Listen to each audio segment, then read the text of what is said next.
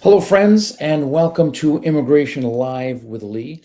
I'm your host, Attorney Lee Marvin, and I'm broadcasting from my Grand Rapids, Michigan studio. Um, I've been practicing law for over 22 years and specializing in immigration law for about 12 years. My main office is in Grand Rapids, Michigan, but I help individuals and their families from any state in the country and really any country on the planet. Um, so thank you for joining me today, which is Monday, May 19th, 2025. And I'm here to answer your immigration questions, to provide perspective on things related to immigration. Everything comes down to your comments and your questions. So when you go to the chat, whether you're joining us from Instagram, from YouTube, or from Facebook, you have the option of making comments or adding questions to the comment section. You can ask your questions at any time. You don't have to wait for my permission to ask questions. Just go ahead and post your questions, and I will get to them as soon as I can during the course of the broadcast. Okay. It's easier to have questions answered in the beginning end than it is in the end because we get tons of questions at the end of the program. So add your questions, okay? And when you join us, tell us where you're joining us from, okay? So city, state, country, that's something we all love to see, where everybody is joining us from. So post your question, tell us where you're joining us from, and I will do what I can to answer the questions to help guide you guys. Every week I do this, and I'm happy to be doing it tonight. You will notice at the bottom of your screen is my name, of course, my web address, and a phone number where you can call if you have questions that this show doesn't quite answer. If you have questions beyond the scope of what I'm able to answer on the program, you can call. I also always post the link where you can book a time to talk directly to me by phone or by Zoom, usually. Okay. So, all that is how you can get the information and the answers to your questions. So, there's a few updates right now. Everything these days relates to the political situation, which is the new presidency of President Trump. Okay. There's certain things that have happened recently. In fact, today, Supreme Court decisions specifically related to Venezuelans. Well, Trump administration ended the TPS program, temporary protected status for Venezuelans. Then it was blocked by a federal court.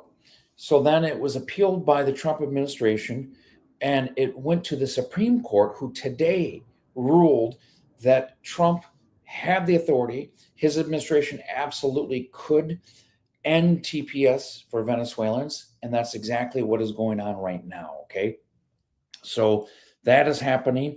Another hot topic. It's before the Supreme Court, which is the issue of birthright citizenship. Okay, hasn't been decided yet, but that decision, it's gonna. Well, this issue is going to go in front of the Supreme Court, who are going to make a decision about that attempt by the Trump administration to end birthright citizenship as we know it. Okay. Birthright citizenship has been around for about 130 years, roughly. And it was the answer basically to slavery here in this country. And it was a decision that anyone born in the United States became citizens of the United States because of their birth. Okay. So originally it was to recognize the children of slaves who were born in the United States. Okay. So that is a decision that's coming along. We shall see what's going to happen. And it's, yeah, a lot going on right now. Okay.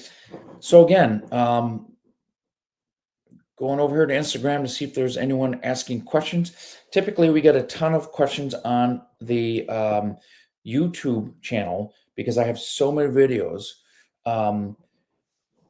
but we're also getting questions on Instagram. So let me go on over to Instagram and say hi to everyone. You guys don't notice the difference, right? I just click a different screen.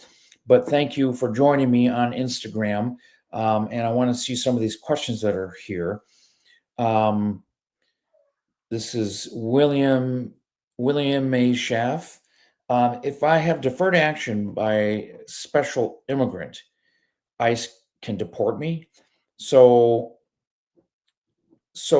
special immigrant, special juvenile. I'm wondering if that's what you're talking about. If you have that status, you're probably at some point going through the deportation process and you're going through the immigration court. If you've gotten special immigrant juvenile status, that particular process typically not officially protects you from deportation. Typically, it's your fight against being deported. So people do special immigrant juvenile status in order to fight their deportation. The court allows the process to move along before they actually make a decision on deportation, because if you can get that special status, then that is a pathway to a green card, which is a special immigrant juvenile status. Okay, very special status. So typically ICE is not deporting because you're already in deportation proceedings. Okay, so William, if that's not the question you're asking, you may need to reach out directly to me to ask your question, and I'm gonna post my link so you can reach out to me and you can get the answers that you're seeking. Okay, 1 second here. Just copy and paste. Put it right here. I'll put it on here for YouTube as well. Okay, so that's the best way to get in touch with me is that link. Okay, so go ahead and check that out if you need to talk more with me about anything that I'm talking about tonight. Okay, so that was Instagram. I'm going to go over to Facebook. Okay, and answer the question from Isnarda. Sorry. Joined from Holland, Michigan. Love Holland. Great place. This time of year, it's really starting to get, well, a little bit warmer. It's an amazing place, Holland, Michigan. DACA recipient. You did advanced parole, and now you want to apply for adjustment status through your son, who's an American citizen. The question is, do I need to apply for a work permit through adjustment status? Or I don't need it because I have it through DACA. Once you have a work permit, you have a work permit. It doesn't matter if it's DACA. It doesn't matter if it's adjustment status or asylum. Once you qualify for it, you have it. Now, there are times where the timing of your application, if you are starting a new process after a current one, it depends on when your work permit is going to expire, because oftentimes, if you have the right under a different process to have a work permit, usually you're going to want to do it through that process if that process is a more solid or longer term process. Adjustment status is an example of that. If you have DACA, that's a great program, but it's not the same thing as getting a green card through family through the adjustment status process. So typically, I recommend that people apply for that while they're going through the adjustment status. Now, remember, if you are going through adjustment status, you could get your work permit within a matter of a few months, but you're also going to get your green card usually about a year, 12 months to 15 months. So if your DACA work permit is going to last through that period of time, you don't really necessarily have to worry about applying for a new work permit. You can just keep your DACA work permit and work with that while you're going through the adjustment status process. If that doesn't make sense, again, click that link to talk to me directly, but I think you probably get what I'm trying to say here, okay? Okay, so I'm going to go over to Instagram again real quick. I'm going to bounce back and forth here, folks, okay? Try to do the best I can.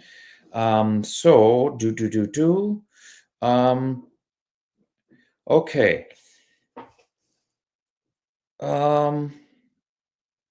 Okay. This is the non-biblical Moises. Hello, attorney. Hope all is well. Thank you for that. I just applied for my 10-year green card renewal, and it's been 3 months now. You're joining us from New York. So welcome from New York. Thank you for joining us. Okay. I don't see a question there. I'm happy to see that you are applying for your 10-year green card. If you have a question, you can ask it. Please go ahead. As always, you can reach directly, schedule time to talk to me directly if you need to. So thank you for joining us from New York. Okay. Let's go back over to my friends over here in, let's see. Is Narda, you're asking a question about how much he has to make. Okay. That's a question that is either go to my YouTube channel. You're joining from Facebook, so you might not know about my YouTube channel and all the videos I have on there. I've done a video that answers that exact question. So go on my YouTube channel, do a search, and see if you can find that. If not, you can book a time to talk to me directly because it depends. It depends on tax returns. What is in the tax returns? Who's in the tax returns? It depends on a number of things. Okay, so see if you can find the answer that I already answered on my videos. If not, you can reach directly out to me. Okay. Okay. So here's a question from one of our YouTube followers. I departed the U.S. a few months ago with $12,000 in cash. That's always nice, right? I did not report that to the U.S., but did report to the country that I went to. Is that a problem? And if I do that again? No, not that I know of. Okay, that's not an immigration issue. I mean, not really an immigration issue. That might be a customs issue. But you're right, sir, when you say that you report it to the country you entered because they ask you that. The United States, they don't ask you when you leave the country, what are you doing? Where are you going? And how much are you taking? They don't ask that question. It's only when you enter a country. Okay. So you have the right to your money. The United States does not make a habit of restricting people too much. They do restrict a lot. Believe me, they do. But if you have money, you have cash, they don't, thank God, restrict you from taking your own money, your hard-earned money, and doing what you want with it. Okay, so I don't see a problem here. In the context of immigration, it's not a problem unless you're entering another country. They ask you and you don't tell them. Well, that could be a problem, but that's not what you're asking here. So from the United States, I don't see that as being an issue. Okay. So again, yeah, you say here, where do you report that? It's not something you report. I don't know if I'd make a habit of taking large sums of cash to the airport because you never know, right? You never know what kind of questions or what kind of secondary inspection. It's not illegal to have money, but the government gets suspicious of things when people are doing things like that. I mean, are they going to say, wait, what country are you going to? Why do you have large sums of cash? What are you going to do with the cash in that country? Is it a country that is known for drug smuggling? Then you got some explaining to do, and then you might have an issue. Okay, so that's just me speculating. So let me go over here to Instagram, see if we have any new people joining us or asking questions. Okay, so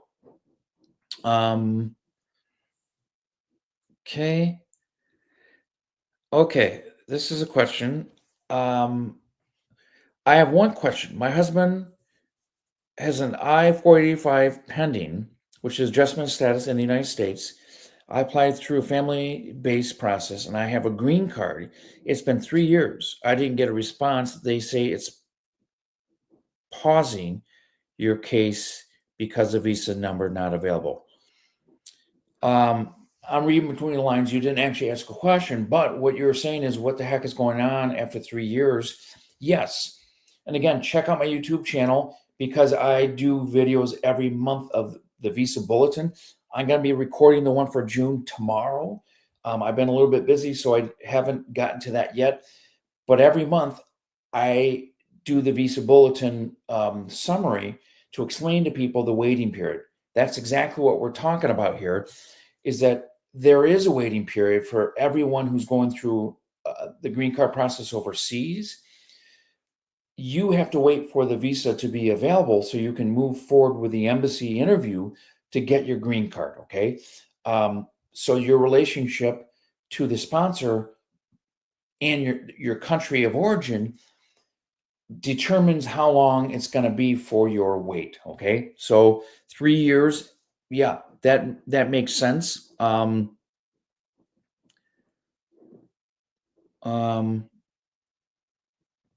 Okay. So again, I'm not calling you out here, but this question is inherently wrong because you asked about a 485 process and saying that you're waiting 3 years. Well, I guess I can't tell if you're in the United States or outside the United States. Either way, yes, depending on your status, meaning are you a citizen or you're a legal permanent resident, there's a waiting period. I suspect that you're a legal permanent resident, and that's why there's a 3-year wait, and that's really common. If you were a citizen, there would be no wait. So I always ask people if they're going through these processes and they're a legal permanent resident, if you're eligible to naturalize, you should do it because there's no waiting period. So if you have questions about that, you can reach out to me again. I'll post that link again here because the other post was way up to the top, and you can ask more questions and I can help you figure this out. Okay. Okay. So I'm going to go over yonder. Okay. So here's the question. If you have a pending adjustment case and ICE picks you up, can they send you home without you seeing a judge? So Arlene, yes, depending on the facts of your case, right? Because each case can be extremely different. Just because you have a pending adjustment status case doesn't mean that it was even filed right. It doesn't matter. It matters. So many of these different steps have everything to do with whether you can move forward and whether ICE can deport somebody, whether you have a right to see the judge. Typically speaking, unless you've previously been deported or ordered removed from the country, you typically always have the right to see the judge. Okay. If you have a prior immigration history where you've been before the judge, you don't have the right to see the judge again. Okay. So Arlene, I don't know if that applies to your situation. So again, that's why attorneys always say it depends, because what I just explained to you, it depends on several things. If we need to talk, I've already posted all the ways for you to be able to talk to me, so I can help you with that. Okay, so just let me know. Okay, and there's that link again. Okay, so we've got 666 Happy Girl joining us again. I know in the past you've joined us, so welcome back and thank you for joining us again.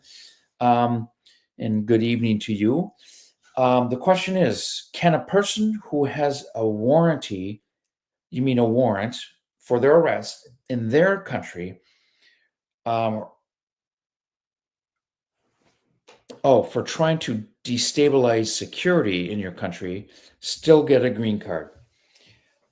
I don't know, because that sounds extremely serious. Okay, that sounds akin to the category of terrorism. Okay, I know the difference between a rebel and a terrorist is usually who ends up winning the conflict. Okay, so if you have criminal issues in your home country for something like this, the United States government wants to look very closely at that, because if you're a destabilizing force in your country, they're going to presume that you're a destabilizing force potentially for the United States, and they're going to say, whoa, whoa, whoa, we got enough problems already, so we're probably not going to approve your green card. Okay, so Happy Girl, that's an extremely difficult question, depending on a lot. So hopefully that answer gave you enough guidance to at least point you in the right direction. Okay. Okay. So I'm going to go back over to Instagram as soon as I have a little water. Okay. Not as many questions on Instagram, so I'm going back over to YouTube. Okay. Okay, we've got Ellie. My son is turning 21 in October. He was outside the U.S. for school, U.S. school campus in Europe for 8.5 months. We are eligible to apply for citizenship now, and I'm wondering if he is able to apply. So, Ellie, this is pretty common for people to do. This is potentially an issue for your son. To be eligible for naturalization, you have to comply with your green card. One of the rules of your green card is that you're not leaving, you or any green card holder is not leaving the country for more than 6 months at a time. So if it's 8 months, well, there's already a problem. Okay. So is it a deal killer?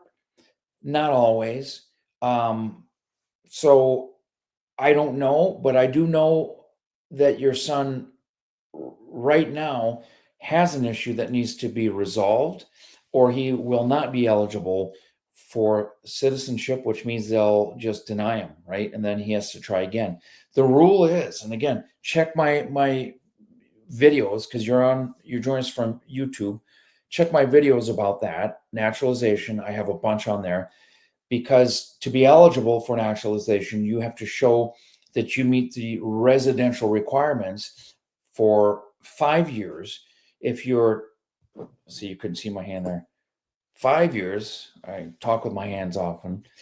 For a standard legal permanent resident, it's 3 years if you're married to a U.S. citizen, and that's how you obtain your legal permanent residency. So you have to maintain the proper residency as a legal permanent resident for either the 3-year period of time or the 5-year period of time, or you're not eligible for citizenship. Okay. Again, check out my YouTube channel and check out my videos for that. Okay. Okay. Okay.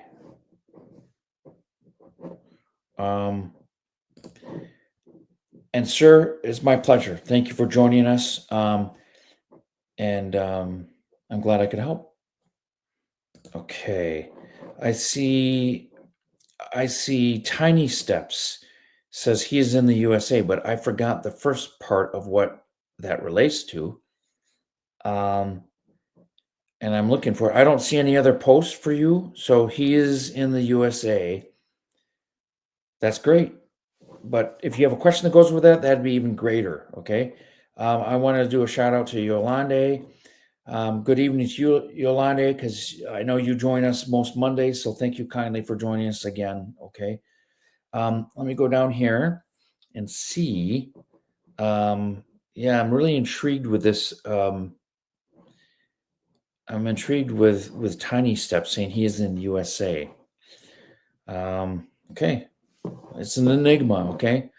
Let's see. How do I? 1 second, folks. Okay, Yolande, I gotta hide that. Okay, let me check Instagram and see.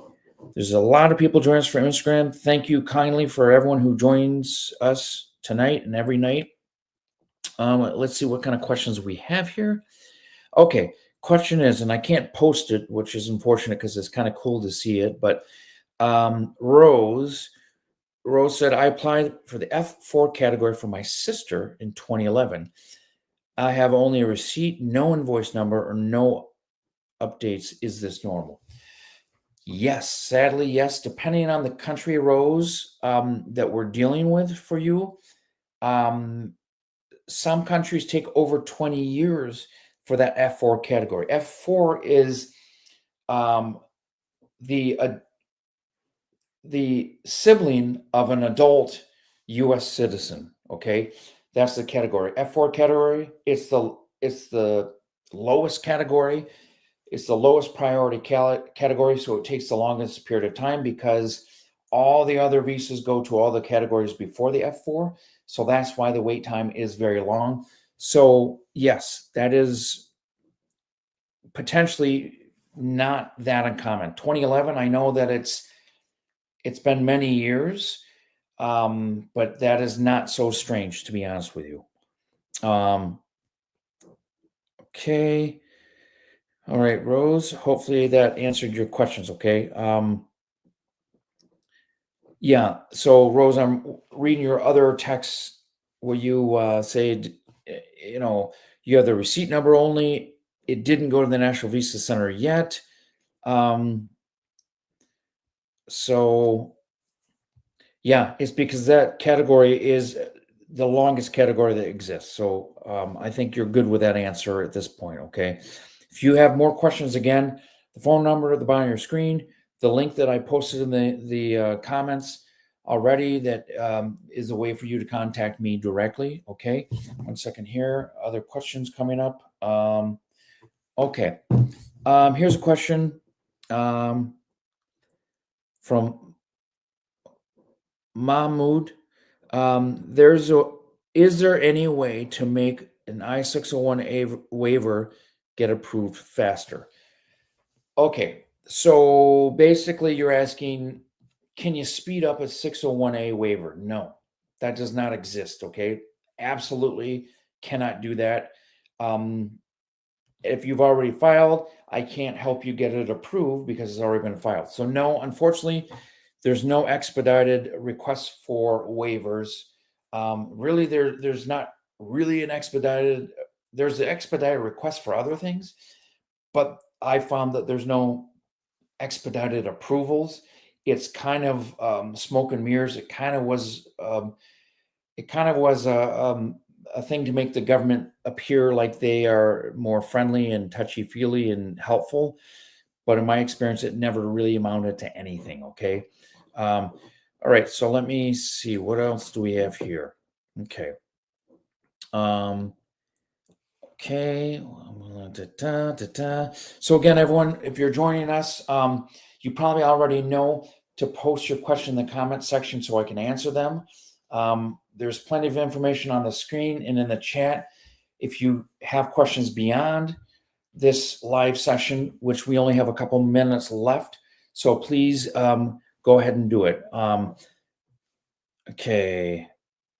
So my friend Ryan, Mr. Arnie, thank you for joining me. Yes, we applied for a removal condition to waive green card.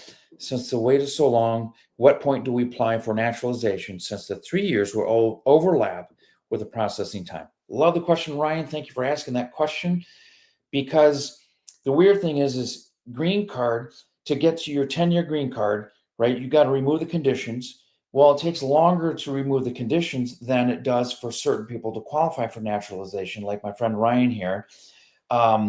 Married to a U.S. citizen, his wife is able to apply for naturalization after that 3 years, whether she has a 10-year green card or not. So, Ryan, we can help you figure this out. But the answer to your question is you don't have to wait for these knuckleheads in Washington to finally approve your wife's 10-year green card. Reach out to me. I'll help you figure it out.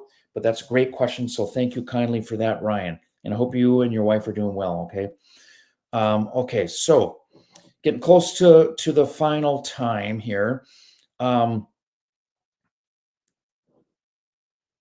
Okay. This is interesting. The screen name alone makes me want to post this. Okay. So oink, I'm a real agent pig. Okay. I'm sure there's an inside joke there, and I'm not smart enough to get it, but that's cool. I'm going to read the question, see if I am smart enough to answer your question. Okay. I'm being investigated by the government, never good, for secret clearance. Oh, okay. That's not a big deal. Regarding your MOS in the Army, which I'm curious. You're not 27 Alpha, are you? Okay. Because that's what I am. They're asking for my parents' documents. Can I reveal their status without risk of them being taken?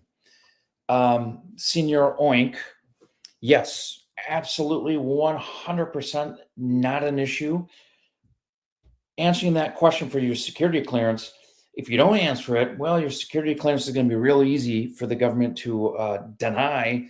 So So you wouldn't be able to do that, but I get there's other things more important, like your parents' safety. That the Army is way outside the scope of ICE, Border Patrol, immigration. I mean, the military might work in collaboration with those organizations, but no, the information you give for your security clearance is not going to bleed over and have any impact on your parents' situation through immigration. Okay. If I can help you anymore, reach out to me because, like I said, I'm in the Army. Okay. And I help a lot of individuals and their families who are also in the military. Okay. So reach out if you have more questions. Okay. Um, Okay, and this is the last question I'm going to answer. Okay. Um, how much time does it take now for parents' interview to be scheduled after biometrics? Um, I wish that wasn't the last question because there's no way for me to answer it because it depends on so many other things. Like where you're located is probably the biggest question. Um, So I cannot answer that. Typically speaking, here in Michigan, with most of my clients, interviews after biometrics usually are could be up to 5 months, 6 months, or longer. It really depends on what field office you're dealing with. Okay, so and I want to give blessings to Happy Girl. Um, my pleasure in helping you, and blessings to you too. And thank you everyone for joining. I think we'll end on that. That's a wonderful note to end on. So thank you again for joining me. Join me next week at 8 o'clock Eastern Standard Time, Detroit time, for another live session where I can answer your questions, and we'll see what sorts of interesting things happen. Oh, okay. So I didn't realize that, Happy Girl. So you're Army family too. Thank you. That makes me feel good. So, okay, if you can help us going for this. So, Ellie, um, reach out to me, okay? Again, I'll post this one last time here. It's already up there, but that is the link to talk directly to me. So please don't hesitate to do it, and I can help you figure out your process. But again, see you all next week. And again, now you know what I mean when I say ask your questions at the beginning, because I don't always have time at the end, because there's a ton of great people asking wonderful questions. So thank you kindly. Have a wonderful night, everyone, and we'll see you next Monday.